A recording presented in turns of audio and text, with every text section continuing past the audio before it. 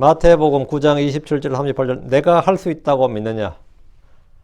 너는 내가 이 일을 할 수 있다고 믿느냐? 이거예요. 우린 다 주님이 뭘 할 수 있다고 믿죠? 안 믿습니까? 주님이 할 수 있다. 주님께서 사실 할 수 있다. 주님께서 이걸 물었어요. 내가 할 수 있다고 믿느냐? 마태복음 9장 28절입니다. 마태복음 9장 28절 말씀 한번 표시했으면 같이 한번 읽어봅시다. 그분께서 집에 들어가실 때 그 눈먼 사람들이 그분께로 나오니 예수님께서 그들에게 이르시되 너희는 내가 능히 이 일을 할 수 있다고 믿느냐? 그들이 그분께 이르되 주여 그러하오이다.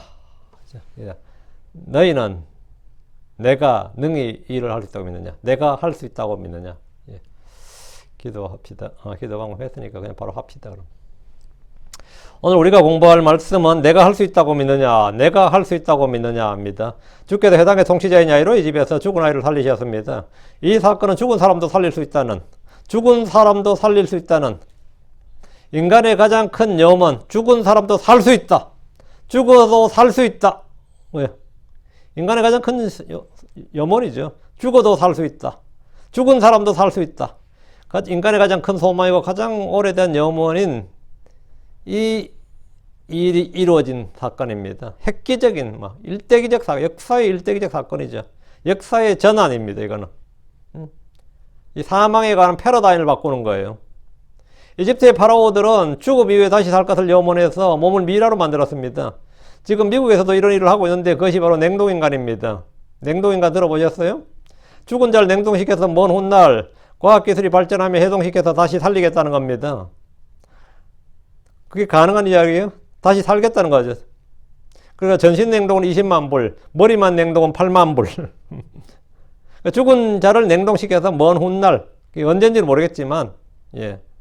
여러분이 냉동실에 생선을 집어넣으면 얼려놓으면 어떻게 되죠? 오래 간다, 이 말이죠. 뭐가 오래 가는 거죠? 몸이 오래 가는 거죠. 몸이 오래 가는 거예요. 냉동실에 넣어놓은 생선은 죽은 시체가 썩지 않고 몸이 오래 가는 거죠. 그 한마디로 이집트보다 현재는 뭐죠? 예, 방부 효과가 더 좋은 미라를 만든 겁니다. 전에는 미라가 말라 비틀어지던데 지금 뭐죠? 얼어버리는 거지. 말라 비틀어진 미라와 얼어버린 미라, 어느 게 더 여러분 볼 때 더 발전한 것 같아요? 여러분 해갈 때. 이집트 사람들은 죽은 사람의 몸을 말려서 보존했다면 현대에서는 죽은 몸을 급속 냉동을 해서 보존하는 것이 차이입니다. 죽기 전에 사람을 얼렸다가 훗날 깨우는 것이 아니고 코마 상태에 있거나 죽기 직전에 급속 냉동을 시켜서 얼려버린 게 아니에요. 오해하시면 안 됩니다. 이미 죽은 사람의 몸을 얼리는 겁니다. 냉동인간은 시체를 얼리는 겁니다. 시체를 얼리는 거예요. 현재 전 세계 냉동인간의 수는 약 600명이고 대기자가 3,000명이라고 합니다. 이들은 먼 훗날 과학이 발전하면 죽은 자기들의 몸을 깨워주지 않을까라는 기대와 믿음으로 20만 불을 들여서 이 일을 합니다. 그러나 그들을 일으키는 것은 과학기술로 무장한 의사들이 아니라 재림하시는 주 예수님입니다. 그 냉동인간을 누가 끄집어내 줄 것 같아요? 그 냉동인간을 누가 깨울 것 같습니까?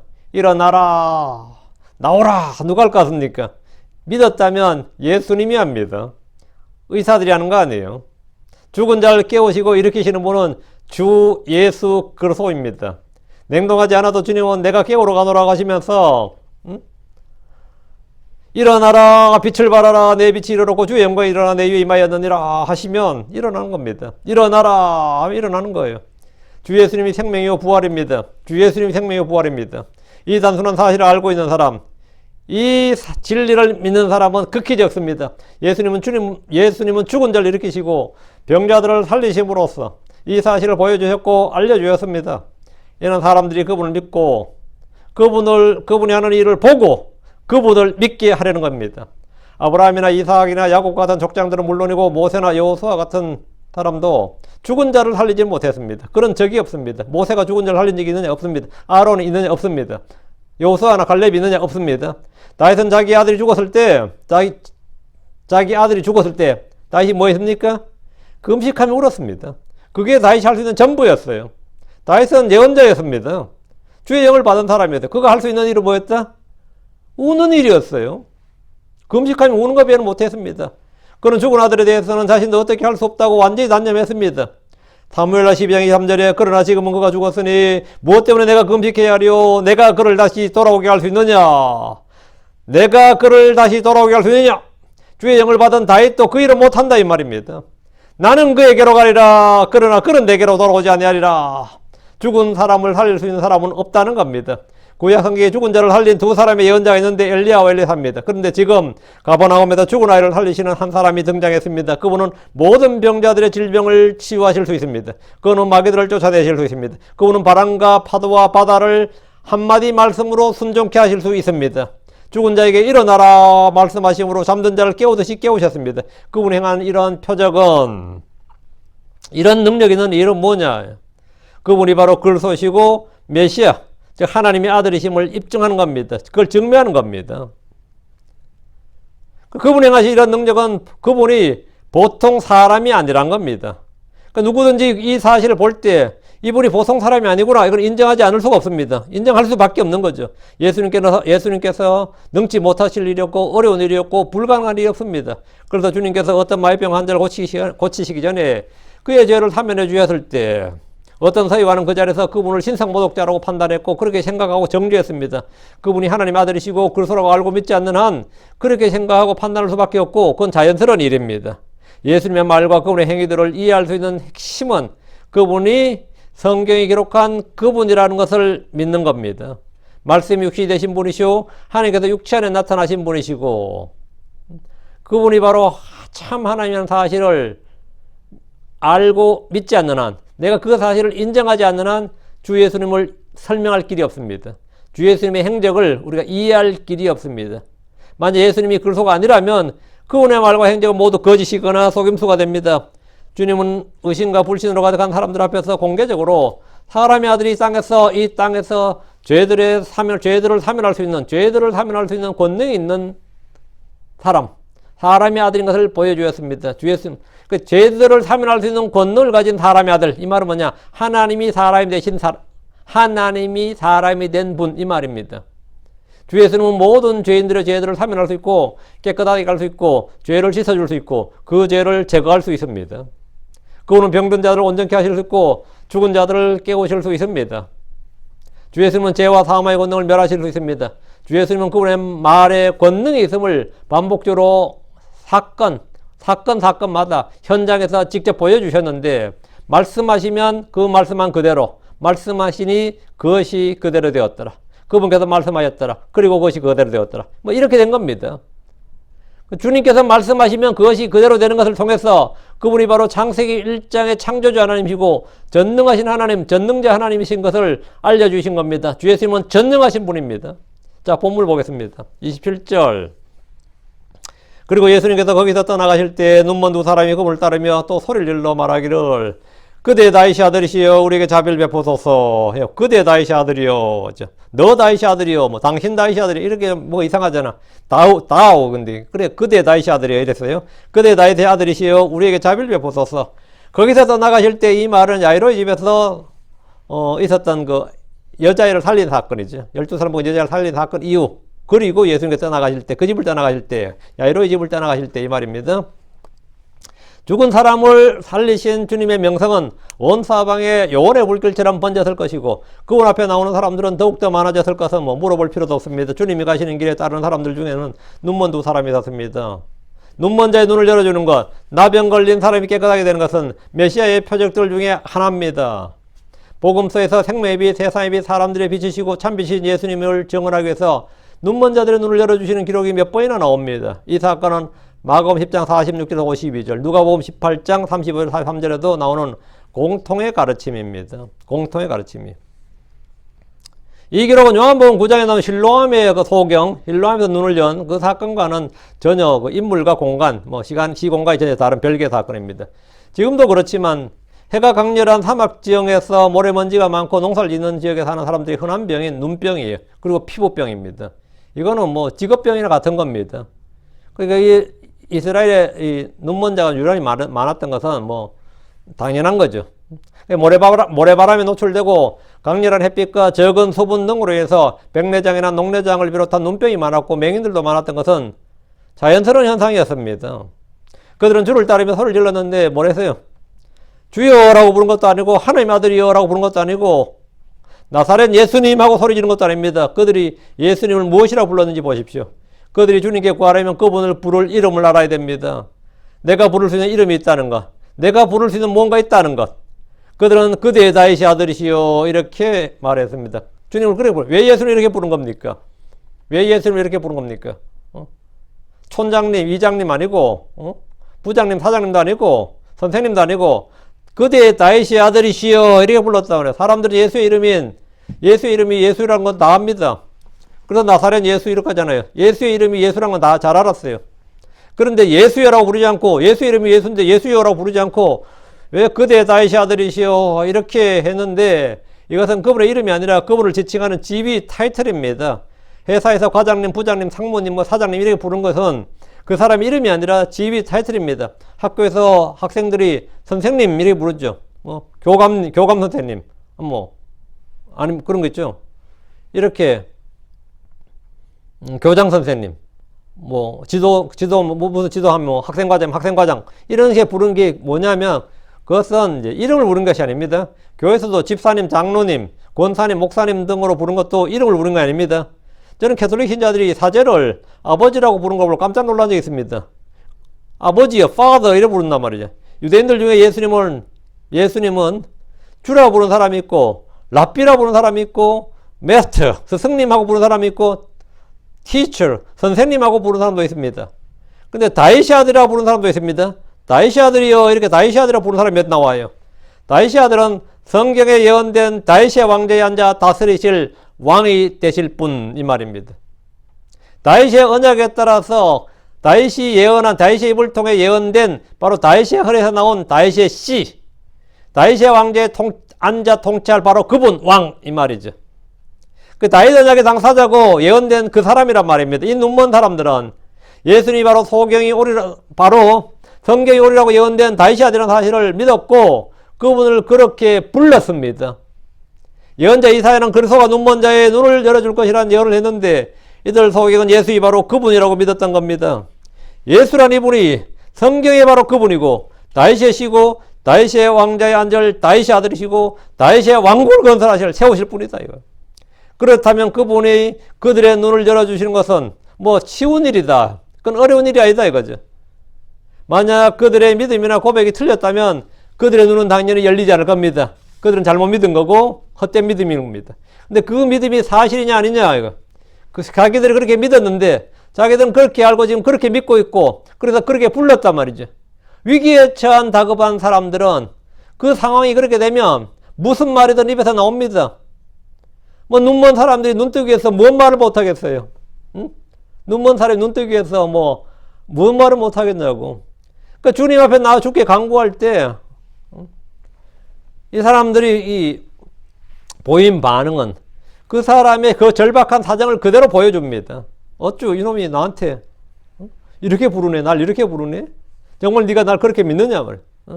누가 나한테 목사님 하면 날 칭호죠. 근데 정말 막 은인이시여 이래 부르면 어때? 내가 뭔 그런 은혜를 베푸는 사람이라고 이래 되잖아요. 근데 그게 아니라 이상한 이름 찬양이란 찬양 다 갖다 붙이면 어떻게 되죠? 듣는 애가 다 부담되죠. 근데 예수님한테는 뭐라 갖다 붙여? 예수님께서 야 너무 오버하지 마라. 너 지금 너무 그러지 마라. 그렇게 안 해야 된다. 이런 게 없단 말이죠. 하나님 아들이 했든지 주의라고 했든지 다윗의 아들이 했든지 뭐라고 해도 주님 앞에는 뭡니까? 전부 다 it is worthy. 그건 합당하다.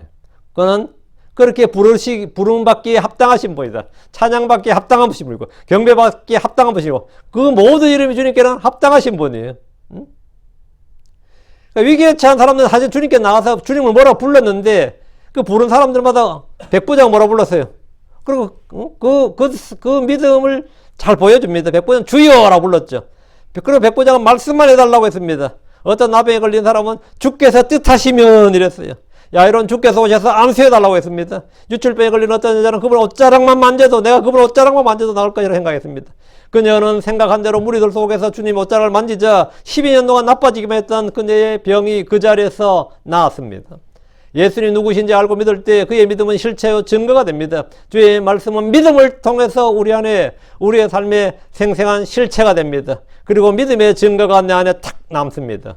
크리스천들은 세상에 알지 못하는 그분을 알고 그분을 믿고 그분을 소유함으로써 그분의 뜻과 말씀을 선한 행위로 열매로 월크아웃 할 수 있다고요. 월크아웃 한다고요.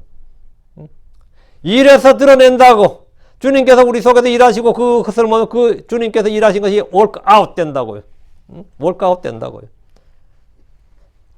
우리가 바로 그런 사람들이다 말이죠. 그런 사람이다. 예. 문제는 믿을 수 있는 겁니다. 사람들은 주님이 뭔가를 할 수 있다면 나를 도와달라고 합니다. 마가복음 9장 22절에 그러나 만일 당신이 어떤 일이라도 하실 수 있거든 우리를 불쌍히 여기시고 우리를 도와주소서 합니다. 주님께서 가능하시면 나를 도와달라는 겁니다. 주님께서 가능하시면 나를 도와달라고. 만일 당신이 어떤 일을 하실 수 있거든 이 말은 뭐예요? 주님께서 이 일이 가능하시면 주님께서 이 일을 하실 수 있으면 나 좀 도와달라는 거예요. 근데 주님은 뭐라고 해서 그 사람에게 내가 만일 믿을 수 있거든 모두 가능하다고 말씀하셨습니다. 사람은 주님한테 당신이 가능하시면 날 도와달라 그러고 주님은 나는 가능하고 네가 믿을 수 있으면 가능하니라. 요 말을 여러분 잘 교차해서 잘 생각해 보세요. 사람들은 주님이 뭔가를 하실 수 있으면 나를 도와달라. 주님께서 뜻하시면 나를 도와달라. 주님이 가능하시면 나를 도와달라. 주님께서 원하시면 나를 어떻게 해달라. 근데 주님 뭐라고요? 그건 네가 신경 끌 거 아니고 그건 네가 신경 쓸 일이 아니고 네가 믿을 수 있으면 가능하니라. 주님 그 사람의 내가 만일 믿을 수 있거든 모든 것이 가능하다. 네가 구하는 것이나 생각하는 것이나 바라는 것이나 모든 것이 가능하다고요. 그게 마가복음 9장 23절 예수님께서 그에게 말씀하셨더라. 내가 만일 믿을 수 있거든 내가 만일 믿을 수 있거든 내가 만일 믿을 수 있다면 믿는 그에게는 모든 것이 가능하니라. 믿는 그에게는 모든 것이 가능하니라. 사람이 주님께 가능하냐고 물으면 주님께서 뭐라 할 것 같아요? 물론이죠. 모든 것이 가능하다요. 주님께서 가능하시겠습니까? 지금 이게 되겠습니까? 된다 이거. 어려운 것은 없다. 불가능은 없다 이거예요. 죽게 너무 어려운 일이 있겠느냐? 하나님께는 불가능이 없느니라고 말씀하십니다. 그리고 주님께서 이제 도리어 묻습니다. 주님 가능하십니까? 나 가능하다고. 내가 그럼 너한테 묻겠다. 내가 믿느냐? 믿을 수 있으면 모든 것이 가능하니라. 이렇게. 믿기만 하면 아무리 적은 믿음이라도 불가능이 없다는 겁니다. 마태복음 17장 20절에 만일 너에게 겨자씨 하나일 만한 믿음이 있다면 너희가 이 산에게 여기서 곧 저곳 너머로 옮겨가라 말할 것이요 그리하면 그것이 옮겨가리라. 그리고 너에게 불가능한 것이 아무것도 없으리라. 너에게 불가능한 것이 아무것도 없어요. 뭐가 있으면요? 믿음이 있으면 모든 것이 가능하니라. 우린 주님께 당신이 만일 하실 수 있거든 무엇이든 하실 수 있거든 나를 도와주소서. 주님이 하실 수 있거든 주님 오케이 네가 믿을 수 있으면 이래. 네가 만일 믿을 수 있거든 이 말이에요. 여기서 주님은 세 가지를 말씀하셨죠. 믿는 자에게는 모든 것이 가능하다. 다음 빌립보 4장 14절에는 그를 통해서 모든 걸 할 수 있느니라. 다음 마태복음 17장 20절에는 겨자씨 하나일 만한 믿음이 있어도 불가능한 것이 없느니라. 이것이 우리 주님이 알려주신 겁니다. 다시 27절 그대 다윗의 아들이시여 우리에게 자비를 베푸소서. 그들은 다윗의 아들이신 그리스도의 자비를 구하고 있습니다. 주 앞에 나갈 나의 공로나 의나 선함이 전혀 없었기 때문입니다. 나의 공로가 없어요. 나의 의도 나의 선함도 전혀 없습니다. 나는 주님께 뭘 구할 수 있는 뭘 요구할 수 있는 뭐가 없고 그런 권리가 없다고. 주님은 내게 빚진 게 아무것도 없습니다. 나는 주님께 뭘 요구할 수 있는 뭐가 없다고. 그들은 주께 무엇을 요구할 어떤 의로움도 없었습니다. 그들에게 필요한 것은 정의가 아닙니다. 공의가 아닙니다. 심판이 아닙니다. 그들에게 필요한 것은 하나님의 자비입니다. 의가 아니라고요? 그렇죠. 우리에게는 그게 요구된다면 우리는 아무것도 아니죠. 죄인들에게 필요한 것은 언제나 주님의 풍성한 긍휼입니다. 우리는 공평한 재판을 원하는 것이 아니라 넘치는 자비와 풍성한 은혜를 원합니다. 28절 그리고 그분께서 그 집안으로 들어가심에 그 눈먼 사람들이 그분께로 나왔더라. 예수님께서 그들에게 말씀하시니라. 너희는 내가 이 일을 할 수 있다고 믿느냐? 그들이 그분께 말하였더라. 예 주여. 예수님은 그들의 부르짖는 소리 간구를 들으시고 집 안으로 들어가셨습니다. 여기서 the house이죠. 그 집이라고 기록된 것으로 봐서 그 집은 이미 앞에서 언급된 어떤 집으로 마태의 집이든가 아니면 주께서 이곳 가버나움에서 거처하던 집으로 보입니다. 그리고 그분께서 그 집 안으로 들어가시면 이렇게 the house 하면 그냥 서로가 다 아는 집이에요. 그냥. 예. 그렇죠? 그래서 이제 어떤 집에 들어가셨는데 그 눈먼 사람들은 앞이 보이지는 않았지만 줄을 따라서 그분께로 왔습니다. 이에 예수님께서 그들에게 말씀하시니라. 이에 이 말 and, 이에 이 말을 이어지는 사건, 이 말로서 접속사 and. 주께서 그들의 그 말에 응답을 하셨습니다. 이것이 하나님의 기도응답입니다. 주의 이름을 부르고 그분을 찾고 그분을 구하는 자, 그분께 나오는 자는 주께 응답을 받습니다. 길거리에서 응답을 못 받았지만 집에 들어서 응답을 받았다고요. 근데 주께서는 길에서 그들의 눈을 열어주지 않으시고 집까지 들어가신 뒤에 뒤따라온 그들에게 물으셨습니다. 너희는 내가 이 일을 할 수 있다고 믿느냐? 너희는 내가 이 일을 할 수 있다고 믿느냐? 다윗의 아들이란 말은 정치적 메시아의 호칭입니다. 주 예수님의 사역은 정치적 왕국, 하늘의 왕국을 세우는 것이 아니라 죄의 사명과 혼의 구원이었습니다. 주님은 그 집에 들어가신 후에 그들에게 너희는 내가 이 일을 할 수 있다고 믿느냐? 이렇게 물으셨습니다. 그것은 그들의 믿음을 시험하는 것이 아니라 믿음의 고백을 통해서 다른 여러 사람들에게도 같은 믿음을 주시기 위해서입니다. 이것은 이 눈먼 두 사람만의 문제가 아니라 그 모든 무리들에게 필요한 게 뭐였다? 믿음이었다요. 주님은 바로 일을 할 수 있다고 믿느냐? 그리고 따르던 소경들이 단지 소문만 듣고 그분에게 고쳐달라는 것이 아니라 진정으로 그들이 예수님을 다윗의 아들, 즉 그리스도로 믿는 것인지를 공개적으로 말하도록 했습니다. 주께서 내가 라고 하셨죠. 아주 중요한 말. 내가 28절에서 핵심 어휘가 뭐냐 그러면 네. 너희는 내가 능히 일을 내가 이게 여기 언더라인. 예수님 너희는 하나님께서 이 일을 할 수 있다고 믿느냐? 그게 아니에요. 그럼 전부 다 유대인은 다 아멘이죠. 다 믿죠. 그거 아닙니다. 너희는 성령께서 이 일을 할 수 있다고 믿느냐? 그럼 다 아멘이죠. 누가? 다 아멘이지. 그런데 주님께서 너희는 내가 이 일을 할 수 있다고 믿느냐? 이건 뭐죠? 주님께서 너희는 내가 하나님을 힘입어 일을 할 수 있다고 믿느냐? 그거 아니고 주님께서 너희는 내가 이 일을 할 수 있다고 믿느냐? 이랬어요. 이 말은 뭐죠? 소경의 눈을 열어주는 주체가 누구라는 거죠? 나라는 거예요. 바로 자신임을 선포하는 겁니다. 하나님의 예언자들은 뭐죠? 소위 하나님의 사역자들, 하나님 일꾼들은 뭐래죠? 주의 일을 할 때 주의 권능, 주의 영광으로 행하고 그 일이 주께서 한 일임을 선포하고 강조하지 결코 내가 일을 했다고 하지 않습니다. 내가 누구에게 안수해서 병을 고쳤다. 그럼 내가 고쳤다 그러면 돼요, 안 돼요? 그건 교만한 사람이죠. 하나님께 영광을 돌려야지. 자기에게 영광을 돌리면 그거는 찬탈자라고. 내가 만약 여기서 누굴 고쳤다 칩시다. 그건 내가 되게 용한 목사가 됐어. 유명한 목사가 됐다. 아, 그 사람은 병 고칠 능력이 있어. 아무도 그렇게 말하면 안 되죠. 성도들도 하나님께 영광을 돌려야 되고 나도 나한테 영광을 돌리면 안 됩니다. 하나님께서 일을 하셨습니다. 이래야 된다고. 그런데 제가 만약 어떤 사람한테 내가 일을 할 수 있다고 믿느냐 그러면 아니요 그러죠. 그게 정답이죠. 당신이 아니라 하나님이 일을 할 수 있다고 믿습니다. 하나님이 당신을 통해서 일을 할 수 있다고 믿습니다. 이래야 되겠죠. 근데 지금 주님께서 뭐라면 너희는 내가 일을 할 수 있다고 믿느냐 이랬단 말이죠. 내가 일을 했다.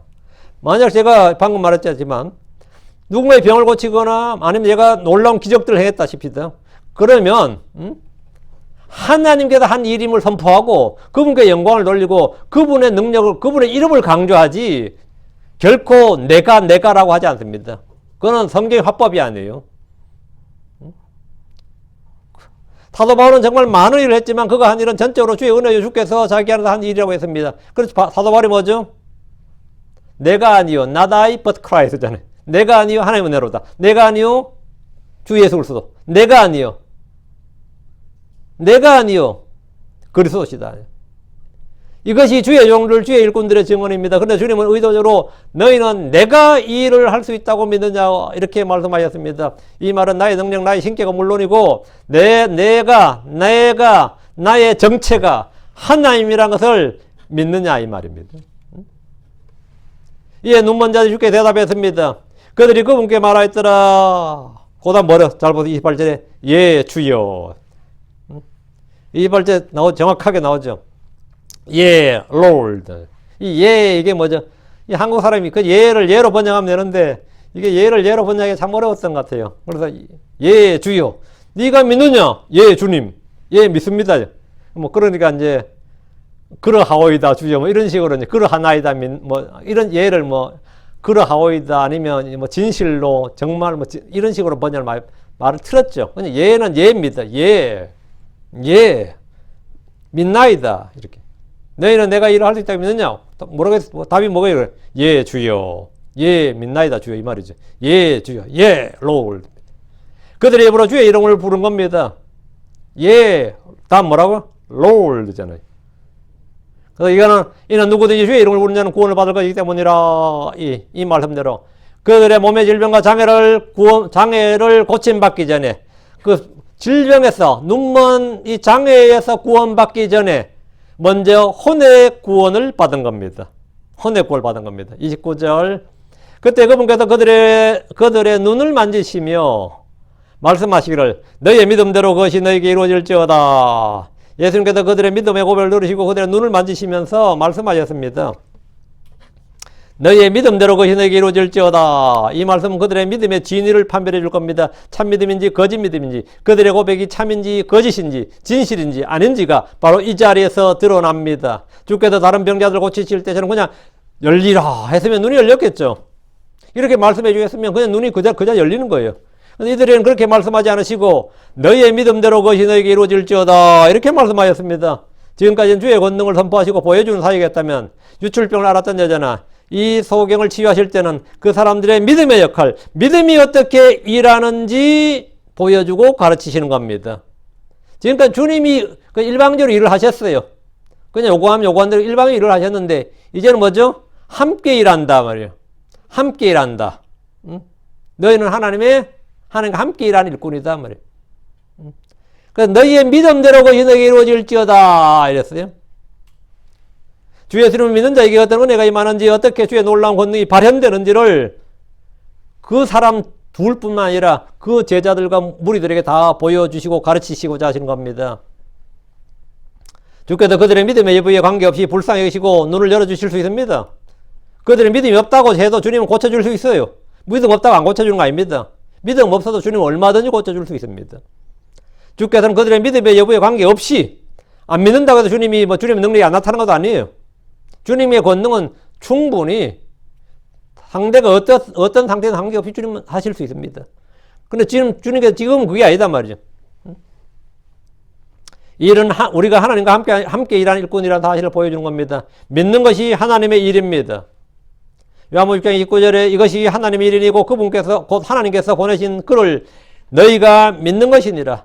그분께서 보내신 걸 믿는 자가 믿는 것이 하나님의 일이다 이거죠. 주 예수님은 친히 그들의 눈을 열어주실 수 있는 분이지만 그들의 믿음대로 이루어지도록 명하셨습니다. 내 믿음이 너를 구원하였도다. 내 믿음이 너를 온전케 하였도다 하신 것처럼 그들의 믿음이 그들의 눈을 열어주었다고 하시는 겁니다.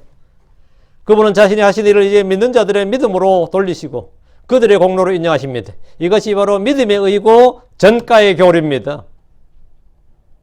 주님께서 친히 하신 일을 주님께서 베푸신 권능과 은혜를 너희의 믿음으로 내 믿음이 너를 구원하였도다. 내 믿음이 너를 온전케 하였도다. 이렇게 인정하시는 겁니다. 이것이 바로 믿음의 전가예요. 하나님께서 주시는 의입니다.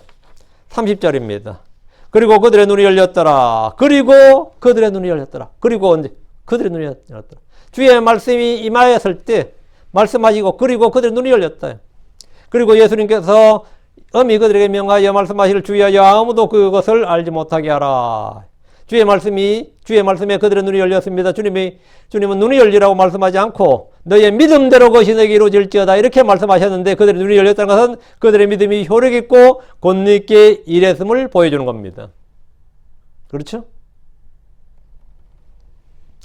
그들은 주께 눈을 열어달라고 했고 그분은 그 일을 할 수 있다고 그분께서 그 일을 할 수 있다고 믿었고 그분이 주이심을 고백했습니다. 그 결과는 뭐였느냐? 구원이었습니다. 믿음의 결말이 혼의 구원입니다. 베드로 7장 9절에 이제 너희의 믿음의 결말 곧 너희 혼들의 구원을 받았기 때문이니라. 그들의 눈이 열렸을 때 주님은 그들에게 이 일을 널리 알리라고 하지 않았습니다. 보통 주의 영광 주의 권능이 드러나면 목소리를 아끼지 말고 선포해야 되는 것이 정사입니다. 전도란 주 예수님과 그분의 말씀과 그분이 하신 일을 선포하는 거 알리는 겁니다. 숨겨두면 안 됩니다. 이들은 그들의 눈이 열렸기 때문에 그분의 증인들로 손색이 없습니다. 그런데 주님은 그들에게 왜 이 일에 대해서 아무 말도 하지 말라. 아무에게도 알지 못하게 하라. 비밀로 하는 거잖아요. 왜 그런 겁니까? 주변에서 이 사건을 본 사람들과 달리 그 눈을 뜬 당사자들은 사람들 앞에서 공개적으로 떠들고 다니면서 간증장사나 체험장사를 하지 말라는 겁니다. 주님께서 전혀 이 일을 전혀 알게 하지 말라는 게 아니죠. 그러려면 제자들 입도 막아야 되고 구경꾼들 입도 막아야 되잖아요. 근데 주님께서 무리들에게 그 명령을 하지 않았어요. 제자들에게 그 명령을 하지 않았습니다. 그들은 얼마든지 말해도 됩니다. 근데 이 눈뜬 당사자 둘한테 이 말을 하지 말라는 거예요. 왜? 이 사람이 나가서 내가 이런 체험을 했다, 이런 놀라운 은혜를 받은 특별한 사람이다, 나는 믿음을 인정받은 사람이다 등등을 떠들면서 계속 하다 보면 처음에는 주 예수를 높이지만 나중에는 스스로를 자랑하고 높이게 됩니다. 처음엔 예수를 높여요. 예수가 내 눈을 고쳐줬다는데 나중에 뭐죠? 내 믿음이 날 구원했다지. 다음 뭐죠? 믿으니까 다 되더라고. 자기를 높입니다. 이게 간증장사입니다. 체험장사예요.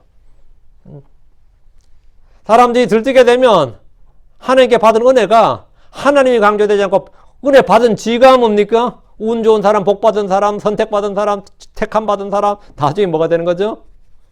하나님께서 특별한 이 특별한 은총을 베푼 사람이 가지고 다른 사람보다 자기를 높여버립니다. 형제들 위에 자기가 서버려요.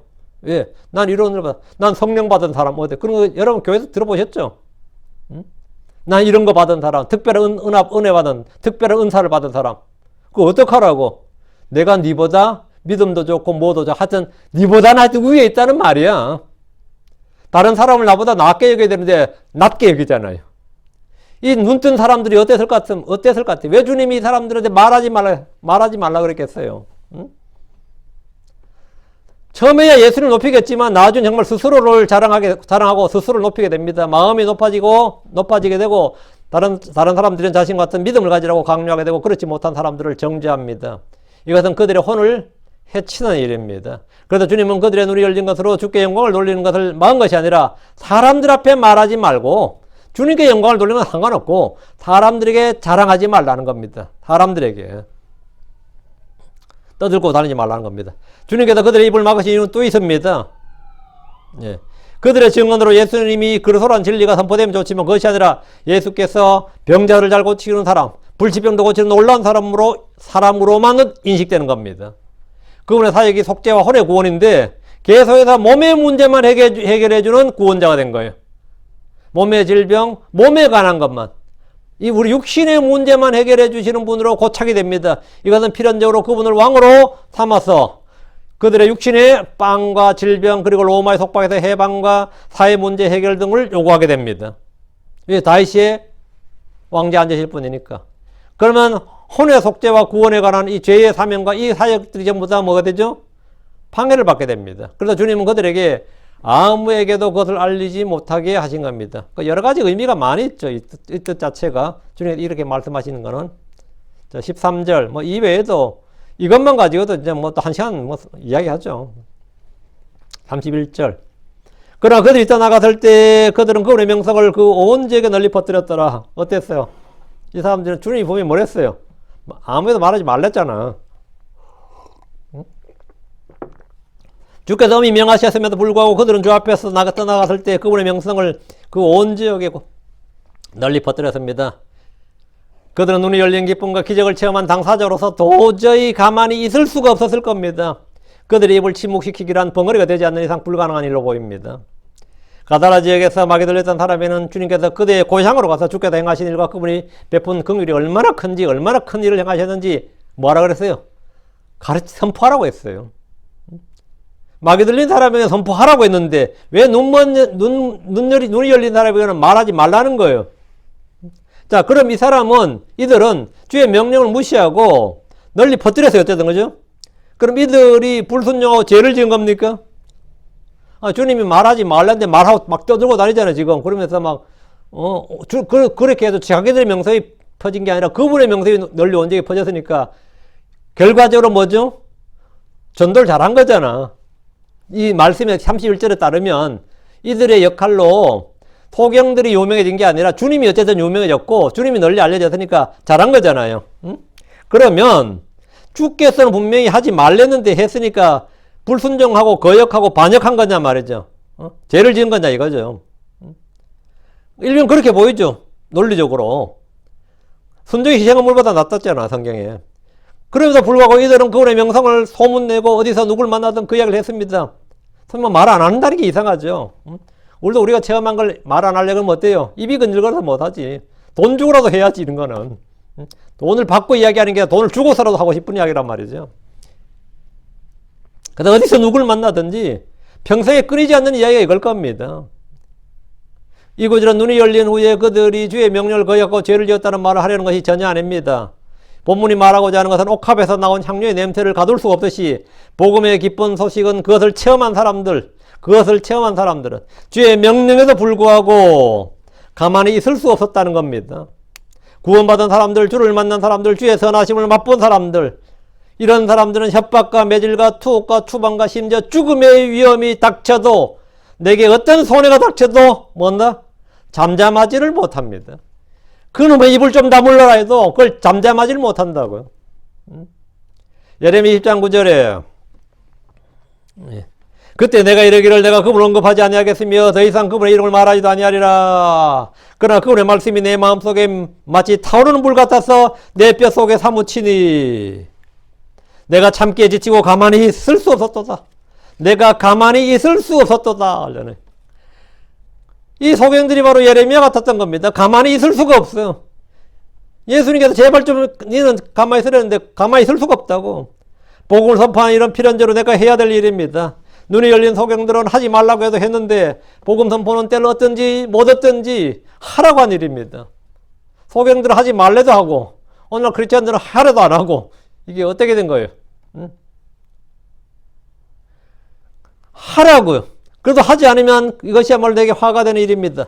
고린도전서 9장 16절에 이는 내가 복을 선포할지라도 내가 자랑할 것이 없느니라. 이는 필연적으로 내가 해야 하기 때문이라. 만일 내가 복을 선포하지 않으면 참으로 내게 화가 있으려다. 여러분 이런 영적 체험 말하지 않고는 견딜 수가 없고 주께서 하지 말라고 하셔도 나는 내가 받은 그분의 은혜와 그분의 긍휼을 말하지 않을 수 없는 그런 사람이 되어본 적이 있습니까?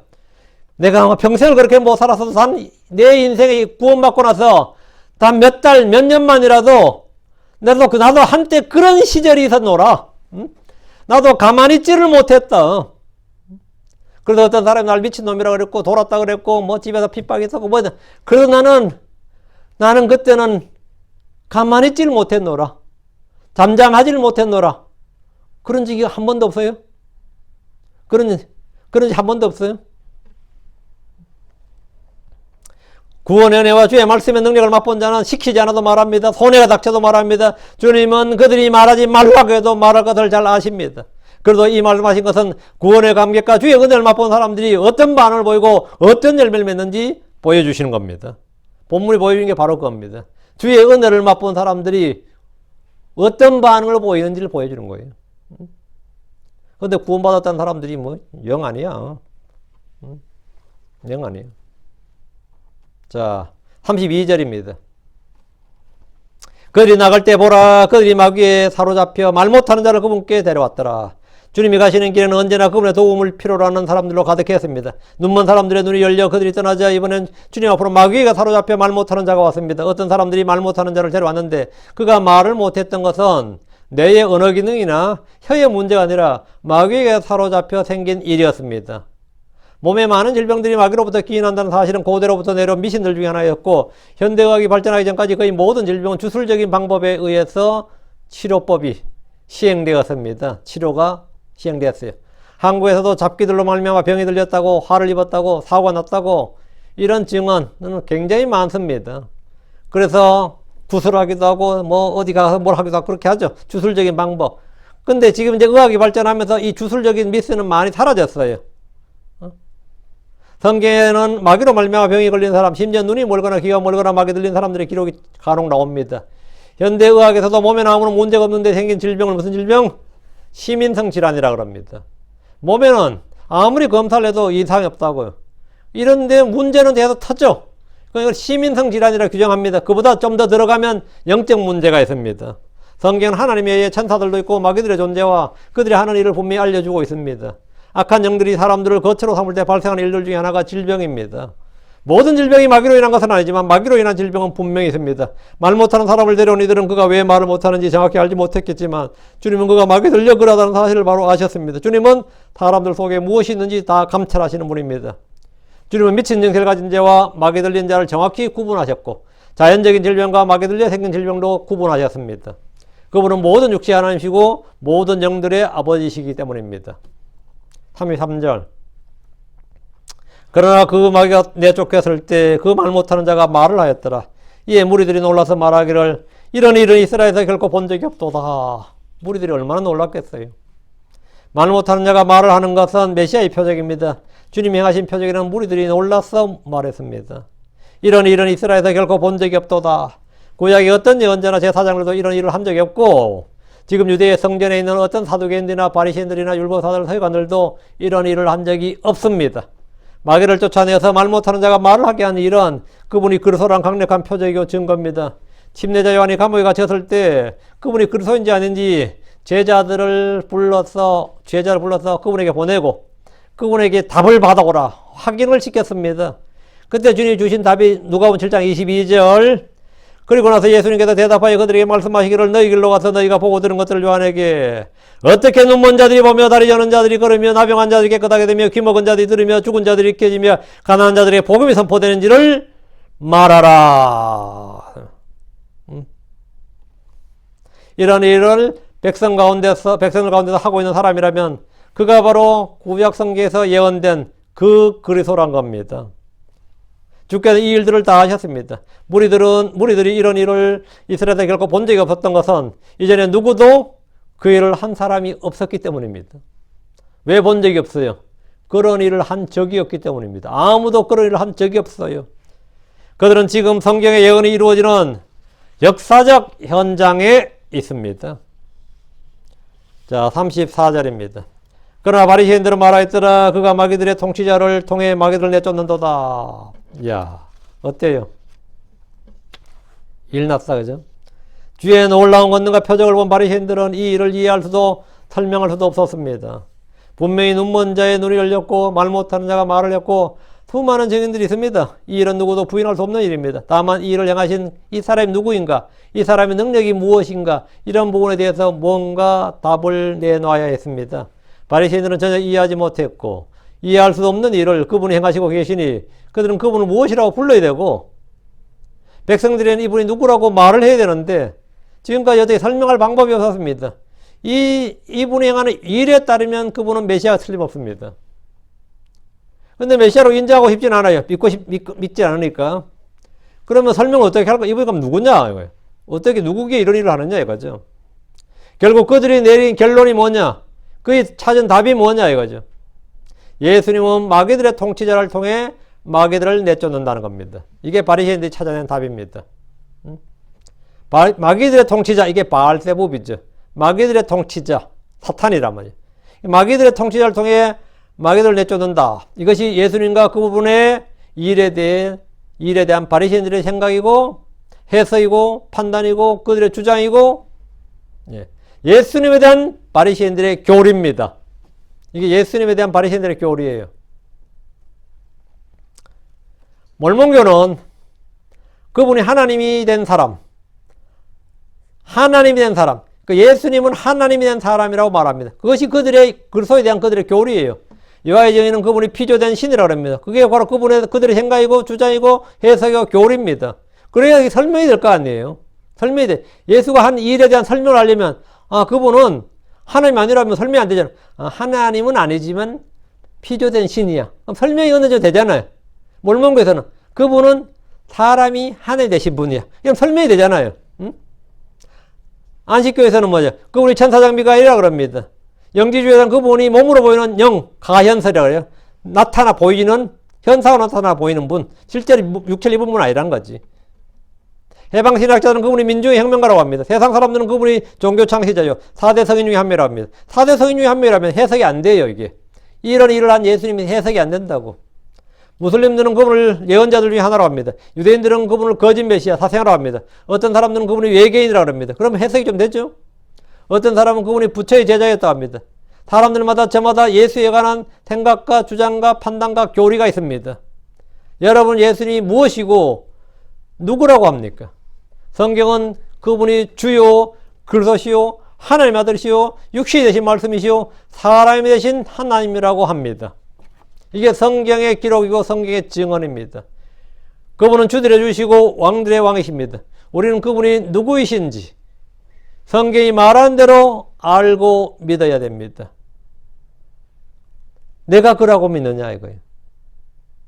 내가 그라고 믿느냐. 성경이 말한 바로 내가 그분이라고 그라고 믿느냐 이거예요.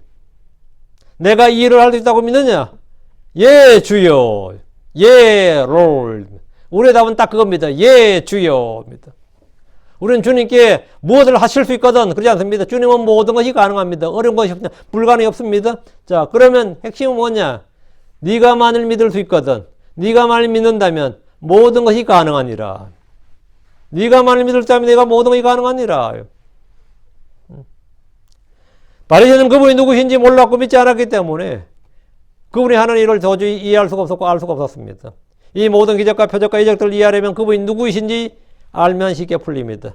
자, 마게도의 통치자 했는데 마게도의 통치자 바알세봅인데 요거는 다음 시간에 계속 다루도록 하겠습니다. 다음 시간에 뒤에 조금밖에 안 남았기 때문에 요 내용을 해가지고 9장 34절까지 온 했으니까 뒤에 조금 남았으니까 요건 다음 시간에 37절까지 다루도록 하겠습니다. 예, 기도합니다. 위대하고 거룩한 주 하나님 감사합니다. 하나님께서 은혜 주셔서 오늘 주의 말씀을 선포했습니다. 선포된 모든 말씀들이 성도들에게 잘 전달되기 원합니다. 주의 영을 충만케 하시고 은혜 주셔서 아버지 하나님 저희가 주의 말씀을 다 믿고 주 예수님이 누구신지 또 그분이 어떤 분이신지 또 알고 또 믿고 이 시대는 믿는 것이 주님의 일이라고 했습니다. 사랑하는 아버지 하나님 그래서 너희가 믿을 수 있거든 모든 게 가능하다고 했는데 전능자주 하나님 저희가 오늘 성경에 나오는 이 믿음의 증인들처럼 그리고 저희가 온전한 믿음을 소유하게 해주셔서 아버지는 저희가 믿음의 좋은 평판을 받게 하시고 믿음의 선한 증거들, 선한 행위들, 선한 열매들이 맺히게 해주시옵소서. 믿음의 보상을 받기를 원합니다. 사랑 아버지 하나님 도와주십시오. 믿는 자에게는 그에 합당한 보상이 주어지는 것을 봅니다. 아버지 하나님께서 은혜 주셔서 참 이 말씀을 내는 모든 혼들을 복 주시옵소서. 은혜 베풀어 주시옵소서. 그래서 아버지 하나님 정말 제가 장사한 믿음의 분량에 도달하게 해주시옵소서. 저희의 믿음을 더해 주십시오. 복을 주십시오. 은혜를 더 많이 허락해 주십시오. 성령을 더 풍성히 부어 주십시오. 감사드립니다. 주의 성기도합니다. 아멘.